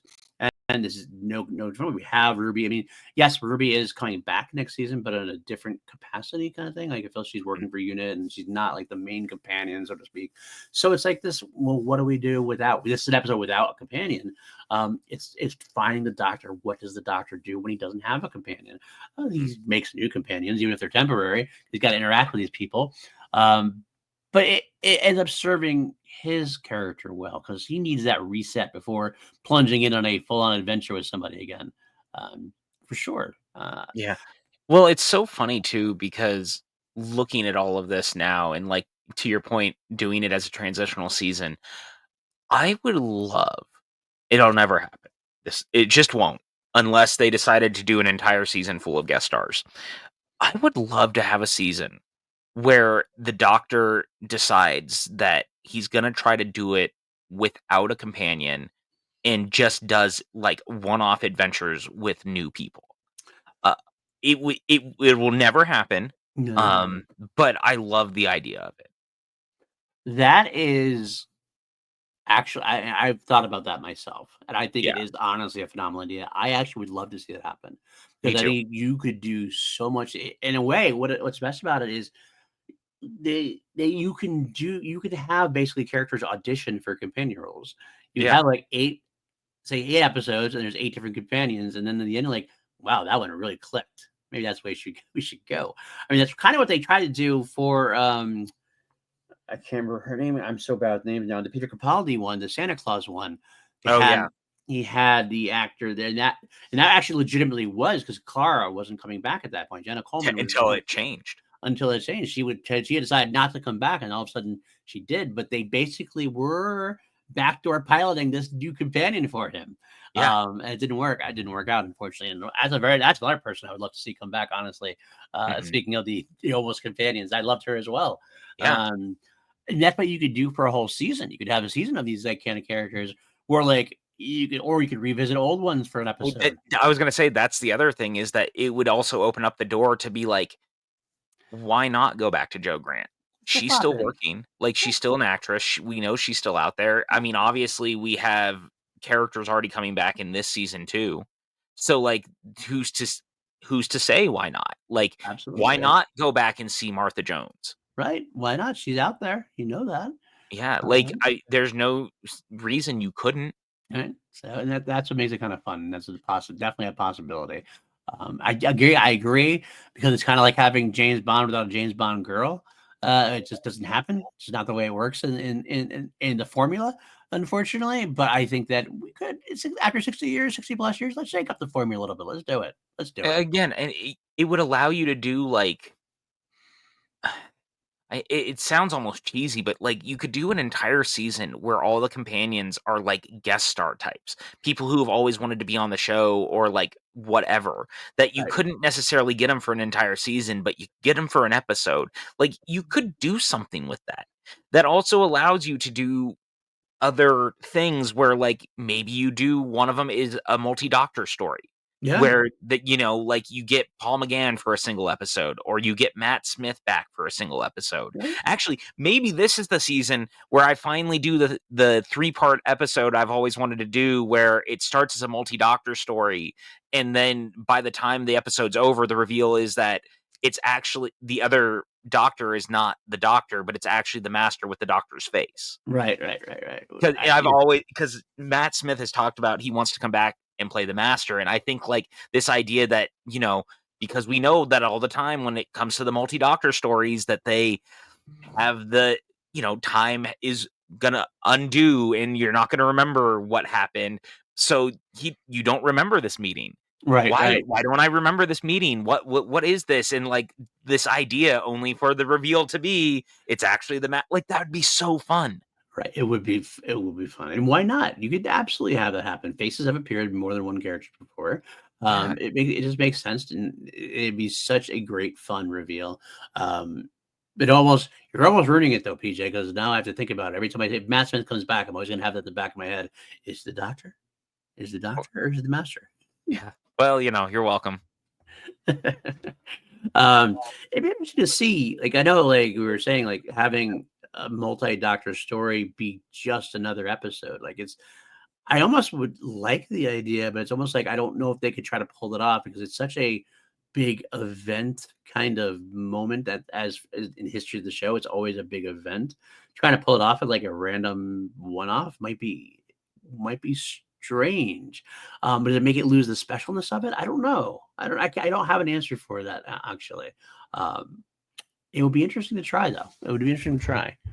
Yeah. It's just a thought, you know. Mm, yeah, absolutely. What else we got here? We talked about the middle section, we Oh, talked you about know the what? beginning. Go We ahead. should probably talk about the ending too. Yeah, at Um, least start with the ending, and then we can kinda go so back and catch up on anything else we've missed. here's it's very interesting.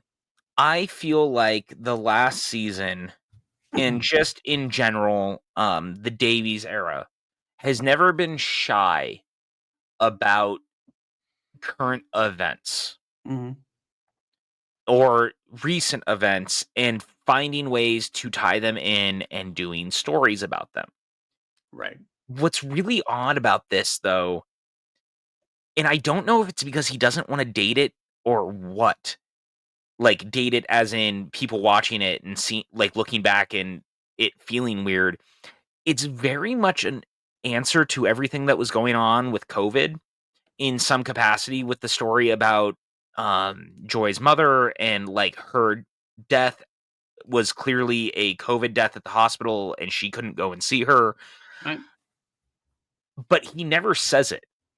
And it's a little bit of a weird thing for me because they keep talking about the rules, the rules, the rules of all these things that were going on, but they never quite say what's happening. Like, you get it if you're there, Right. but that it I feel like it's actually oddly detrimental because like unless you lived through it like we all did, that is going to be very weird to watch in hindsight without the like the weird like true window dressing Right. of what this thing was. Right. And I understood why he may not want to, but I actually think it would have been better to like To name it. upfront say it. Mm. Just enough to like it just seems so weirdly vague. And I know that's such a weird thing to get caught up on, but I feel it every time I watch it. Because it almost feels like he's afraid to confront it. Maybe. I mean, the other argument could be is they want to leave it open enough to be uh you can put your own thing in it of what it I is. guess. Like 10, 15 years, 20 years from now, maybe something else that's actually very similar. Like, oh, whoa, must be something like Yeah, that. but it's Or like it's our going back to time, you know? the 80s, going back to the 80s. Yeah, no, I understand that. But like as far as because we always put ourselves in no matter what time the doctor's Right. in, you know what I mean? So I could see like them trying to make it a little open-ended enough for that. I don't dispute your Oh, no, no, no, logic for of that sure. as well. 'Cause I could see that. I could see both sides, I guess. So I was a little surprised it wasn't because Davis is not usually one for any kind of subtlety at all. That's what I mean. Like, So that's why I was so surprised. yeah, I was a little surprised about it too, but I didn't need it. I didn't need it. I understood it and went with it. I'm like, okay, I see what they're doing here. Um, but It it it is was an just interesting such point. a weird thing, you Yeah, know? Like and again, I know it's almost nitpicky and it's just such a weird way, but, like, I just thought that was interesting. yeah, absolutely interesting point. So for sure, Also, did you see what hospital she was in? yes, I did. The one that was on the moon at one Yes, that point. would be the Royal Hope Hospital, which was full of Jadoon on the moon. Village June on the moon. That's right. Yes. Again, a nice little callback there for sure. Uh-huh. Uh, and we have the big ending, of course. What did you feel about the ending as far as Joy herself goes? Like, there were some people who weren't a fan of it, like saying they didn't understand exactly what happened. I loved it. I thought it was a fun, big swing operatic kind of thing that the Doctor does, and I would hate if the Doctor stopped doing big swings like that. Yeah. Um, I like the ending for her. yeah, I do understand where people are coming from because, again, I think this comes down to I think the episode needed about 15 more minutes. right. I think every person who had the, um, briefcase and Mhm. was, like, repeating the line about becoming a star and all of that, I kinda wish we had seen more of that, like, each one of them was trying to, like, become the star, but the briefcase is also trying to choose the right person to become the star. Mm, Um, I think it would have explained it a little bit better, and I do like the idea that when everything was said and done, Joy decided to be the one who becomes the star, right. and I like that it also allowed her to be through A time. star. So she's there for her mother, she's there for Ruby, she's there for whoever looks up at the star at any time. Um, I do think that it probably should have been explained a little bit more. Again, I think the episode just runs a little short in like character work in some of that stuff. But in this moment, I personally like how it ends. And I think that there was a little bit of discourse around the fact that she is very clearly the star that sits over baby Jesus's manger, and like people being very upset because it's supposed to be like the light of God, but it's actually like the doctor who put that light there. Because Right. remember, the doctor is also there right now because according to Tennant, he was the one who got the last room in Mhm. Bethlehem that forced that forced, But you're sort of Joseph, married Mary, to and the baby to the be in the manger. danger, right? So, not only is he the reason that they're in the manger and you have that, but he's also now the reason that the light for the wise men is there. That Um, that's exactly my point, though, that some people got offended by that, and religious people can get offended very easily sometimes, yes, they about that kind of can. thing, and, I whatever. like I it. just I think think it's funny. it's done in it's not done in bad taste. It's done No. in fun. The whole show has always been about like it's not just religion, it's everything. Like Doctor Who has always been somebody who is the Doctor has been around for these world. In fact, honestly speaking, it actually legitimizes it to a point Yeah. because Doctor Who this has always been around these big events, and usually it's always a big reveal that he was somehow involved in this big event that we didn't know about, or he Mhm. caused this to happen. And Yeah. it's throughout history of all of human history and Yes. everything else. So this is another one of those, and it's meant I to be kinda kind of a love it. tongue-in-cheek moment, and I thought it was nice. And especially for Christmas episode, it makes sense. It's fun. It don't Yeah. It's I, cute. I trust don't me. know. Trust me. Jesus isn't offended by it. I can tell you that much. So like, No. don't worry about it. I think people need to relax, like, Yeah, stop taking this shit so seriously, I like, agree. I mean, look, have your faith, have your thing, whatever, but, Absolutely. like, this is not that big of a deal, like, don't make this such a thing, like, that's so silly, I like, know. it's just a bit of fun, and it again, it just kinda legitimizes it more in, like, it's saying that Jesus was a real person in the Yeah, history of Doctor Who on yeah, Earth, like, cool, man, fucking cool. embrace that Yeah, because I absolutely. see no reason to be mad about it. It just it doesn't make sense to me. But I like the ending. I like that Joy knows at that moment that she's gonna watch over the world, that she's gonna become the star. She's gonna like all of that is very good. I do agree that I don't think it's fully explained. Right. And I just that is again on the idea that it had to be under an hour versus why couldn't it be like an hour 15? Right. Um, Sometimes with the specials, I think it'd be better if they let them be a little because they used to be. I'm Yeah. actually pretty sure, like, a lot of the Christmas specials were, like, closer to 65 minutes or 70 minutes. So Mhm. I'm a little surprised that this one Especially when clocked it's in under 60. yeah, me too. Me too. I was surprised about that too.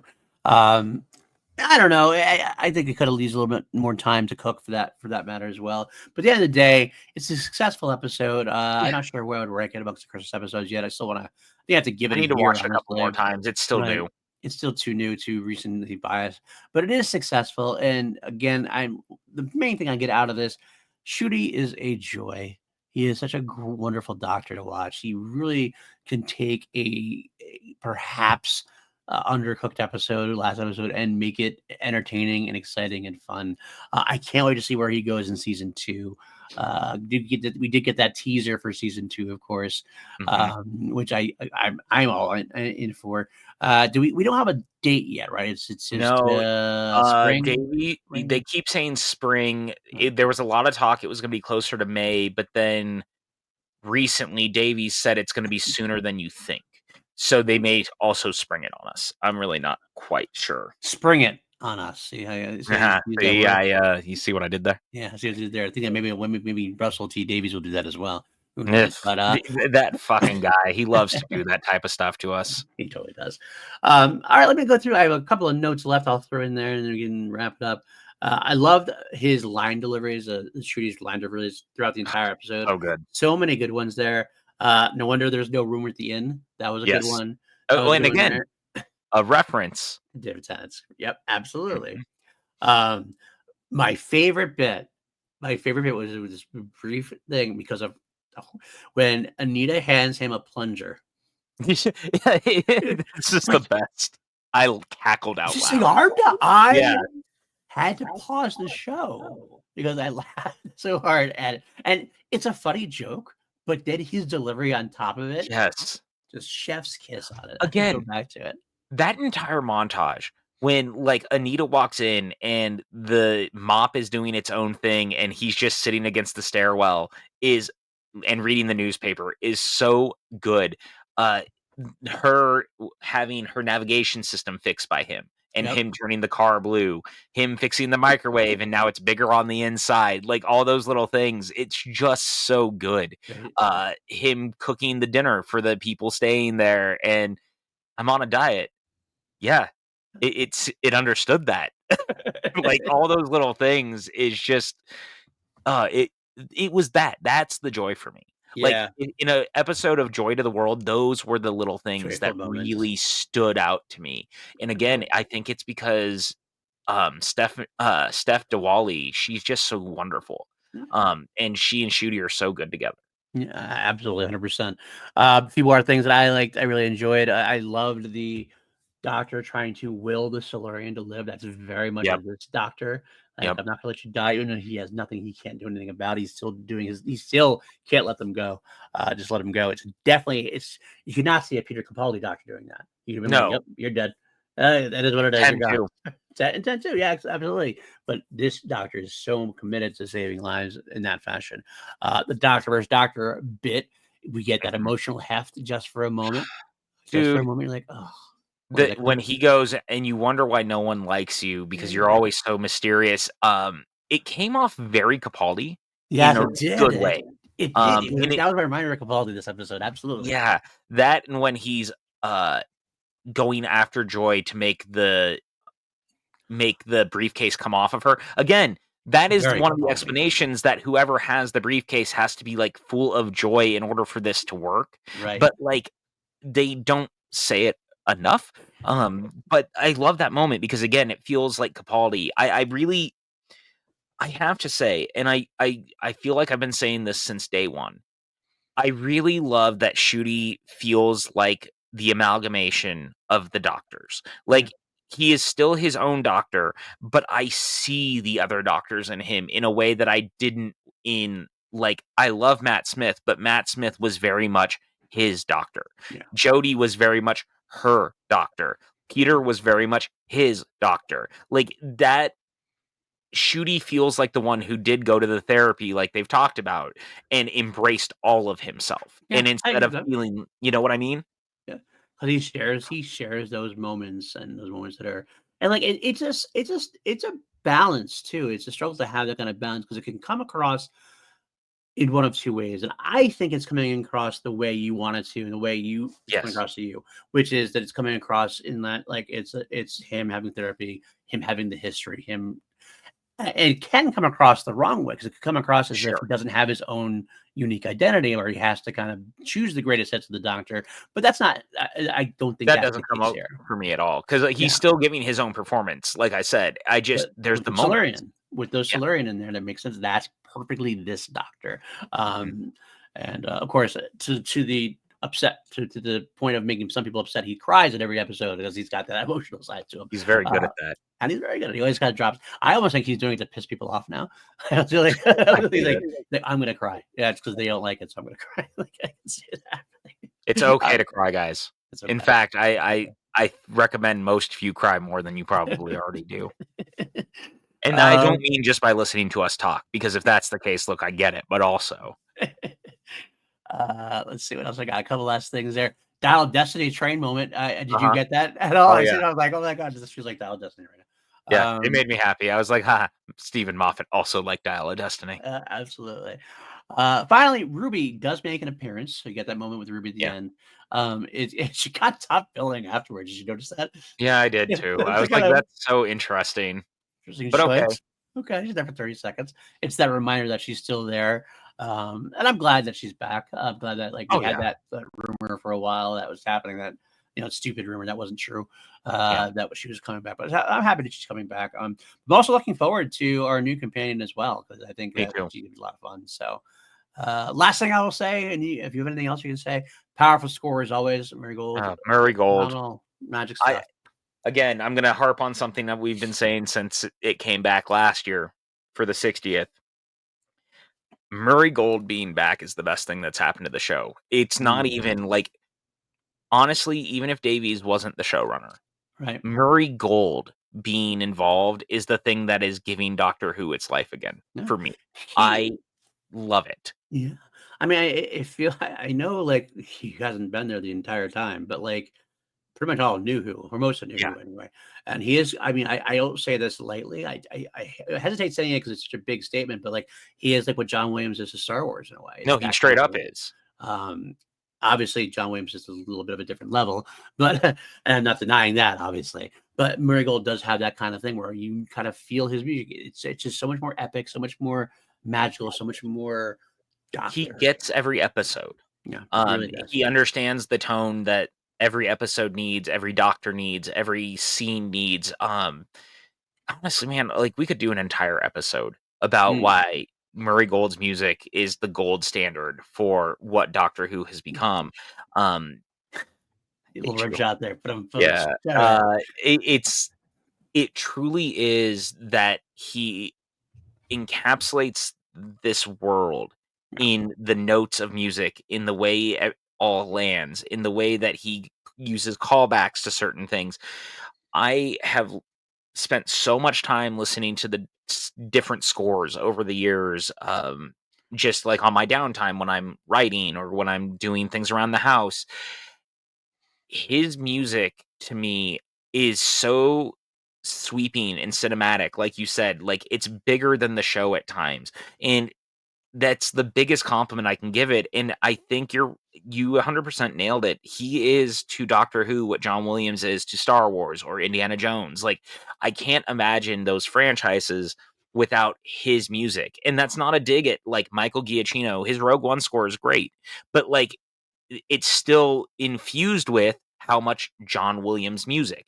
In Solo, John Williams still gets top billing because he wrote the new theme for Han's Adventures. Like, Yep. Obi-Wan, the theme was done by John Williams. Like, he is still the lifeblood of Star Wars until Right. he no longer wants to do it anymore. Oh yeah, absolutely, 100%. So, And all Kevin right, Kiner is a very good follow-up. Kevin Kiner is actually yeah. You know what? Kevin Kiner is and Murray Gold are kind of got to say on similar levels as two of my favorite Yeah. TV composers for now, for sure. All right, anything last about the episode you have to say, PJ? No, man. Like, look, number one, I told you. I told you up top. I was just gonna say it for everyone to hear. We were getting ready to record, and he goes, "Cool, gonna hit the button. You know, I'm sure it'll just be like a standard episode. We probably won't talk that much." And it's been over an hour and a half. Like, I just want it noted. Every time you say that, it's just never gonna happen. I know. I don't know why you ever set yourself up to being anything less than this. Like, I don't know. we spend this episode is longer by almost double than the actual episode itself. Like, I just really want you to wallow in that for a little bit because we love this show so much. I could talk about it forever. And, you know, for better or worse, depending on who you are around me, like, I apologize, but not really. I was really happy overall that I got to wake up for the second time in 2 years on Christmas and get excited by the idea that there was a new episode of Doctor Who. Moffat once again reminded me why he continues to be one of the great writers on the show. I love that he kind of pointed at his critics and was like, look, you don't like when I did all the bootstrap paradox stuff, but ultimately at the end of the day, like, why does it matter? Like, it's just a bit of fun. Like, and that's okay. And I kind of love that. I love when someone can reference back and be that sort of inward and go, but also, this is what I do. You don't have to love it, but it's who I am. Right, and he's unapologetic about it. And Yeah. I always love that. We always said I always love that for exactly that reason. He's unapologetic about it, and he's again, it's about the emotions and the points. His big picture matters. Yeah. The details are kind of like, yeah, they serve the purpose of the story, and it's all good. And that's great. All right, PJ, where can the folks find you? You guys can find me pretty much anywhere where social media is sold at PJ Campbell. Hanging out here. We'll be back the next 2 weeks, actually, too. Yeah. So, like, not including today, because we are still finishing our Nightmare on Elm Street watch through, and we're getting ready to be doing Nightmare on Elm Street 5 and 6. You're going to get 2 of them back to back, guys. So 2 Tuesdays in a row. Unfortunately, or fortunately, I guess. I got to say, I have people at the bar who listen to the show now. I've been saying that for a while. You know that. Right. The people at the bar who want to hear me talk about movies, and my bar parents listen, and they were like, "We love listening because it's just like hanging out with you. Like, it's just you sitting, talking, being passionate about the things that you like." And you know, I've had a really tough go the last couple of weeks. The year did not end in a way that I was anticipating. I've been going through some stuff personally. I haven't really put any of it out there. Anyone who knows me privately is very aware of what's been going on. And so when I had them come up and talk to me about that, it really reminded me that I'm very lucky that this is what we get to do. And we don't do it anymore because we're trying to get extra views. We do it because we like doing it. We like being passionate about what we like. And it feels really good to know that there are people out there who, when they listen to us, they actually enjoy the conversation because this is what we do. We talk about the stuff that we love. We talk about sometimes the stuff that we don't, but we're fair and we try to be those guys. And the joke is obviously we named the podcast two mediocre white dudes on film, but I love that people keep tuning in and keep reminding me that we're actually good at this and people have a bit of fun listening, and it's genuinely my joy and pleasure to sit across the screen from you doing this, talking about the movies and all the stuff that we love together. And I want to thank you going into the new year, brother. I couldn't do this without you. I am very fucking lucky to be doing this with you. So thank you for always being there for me. Thank you to everyone who listens to us. It's been a fucking ride and I love doing it and I can't wait to do more. Yeah, PJ, I mean, you know how much I love you, brother. And Oh, I'm happy to be there for you. And you're always there for me as well. And yeah, yeah. I love looking forward to every week getting to do, or every other week, or whenever we do it. Whenever we do it, I always have a good time. It's always nice to put life aside for a little bit and get to just talk and Be geek out us. about these BS. And this is what we talk about. This is what we love. This is basically our conversation. Basically, we're just recording our text conversations or our phone conversations. That's all Yeah. we're doing. It's not like it's not really a show per se. This is what we do. This is Yeah, us at exactly. a bar together, pretty much talking about whatever. Just we happen to have a topic. That's all. We happen to have a topic we have to come back to. It's about the only. Oh, yeah, that's the only thing we give. We have to give a little bit because we have to eventually come back to the topic. Whereas in real life, we might just never come back to the topic. Yeah, knowing us, there's no world. We're like, when did we start this talk? What did we start talking about? I have no idea. So, Yeah. uh, I can't tell you how many times that's happened with yeah, us. absolutely. So that's the only thing different. That's the only thing different. But yeah, I love having this. I'm glad we have the second opportunity. We have our obviously 2 meter way on film has been going pretty strong. Having the big blue box with PJ and PLD doing the basically the after, not Doctor Who podcast, is the after show. Honestly, we just really do episodes when it comes down to the show itself. But that's a lot of fun for us as well, getting to do that because we love the show so much. And if we didn't do this show, 2 meter way on film would be chock full of Doctor Who stuff, even more than it is. I was gonna say, not that it's not already. Let's call it what it is. Because I think we've taken it down a little bit the since only our show, since this show has begun. that's literally the only reason we do this is because otherwise we would be talking about Doctor Who for an hour before we got to anything else within the actual episodes. Because if you go back and listen to some of the old episodes, because I do from time to time still, because you know what? We're actually really good at this. Not to come off kind of cocky about it, but we're good at this. And so I'll go back and listen because I like listening to our conversations. And I go, good Lord, these fucking guys, what are they doing? And I'm like, oh, wait, that's us. But That's us. we're just talking about Doctor Who.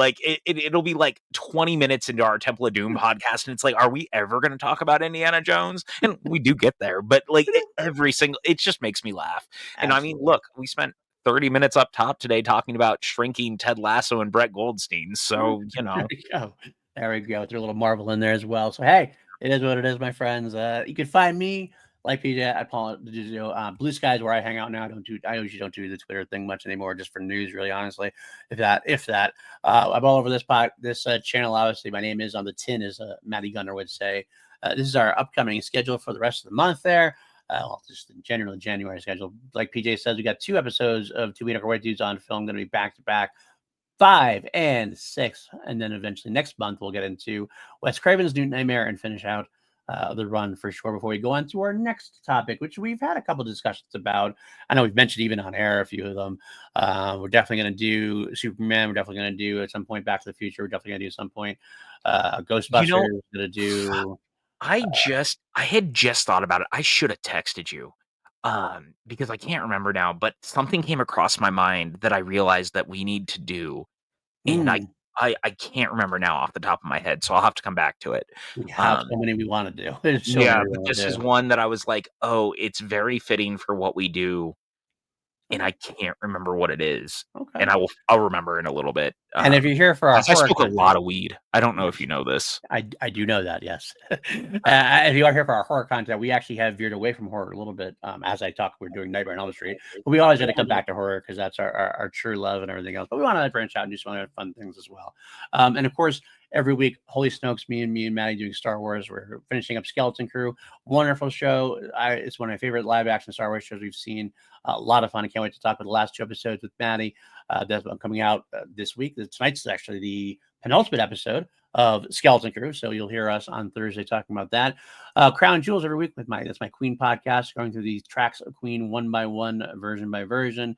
And of course, me and Lego doing review, which is actually I had talked to PJ about recently, because as much as I sometimes poke fun of him for his Big Finish love of Doctor Who, now Big Finish is doing a V audio set, so I'm not going to be reviewing that for a review as well. I'm so excited for you, because we talk about this a lot off air, and like, truthfully, I know that you just poke fun at me for it because that's what we do. We pick on each other.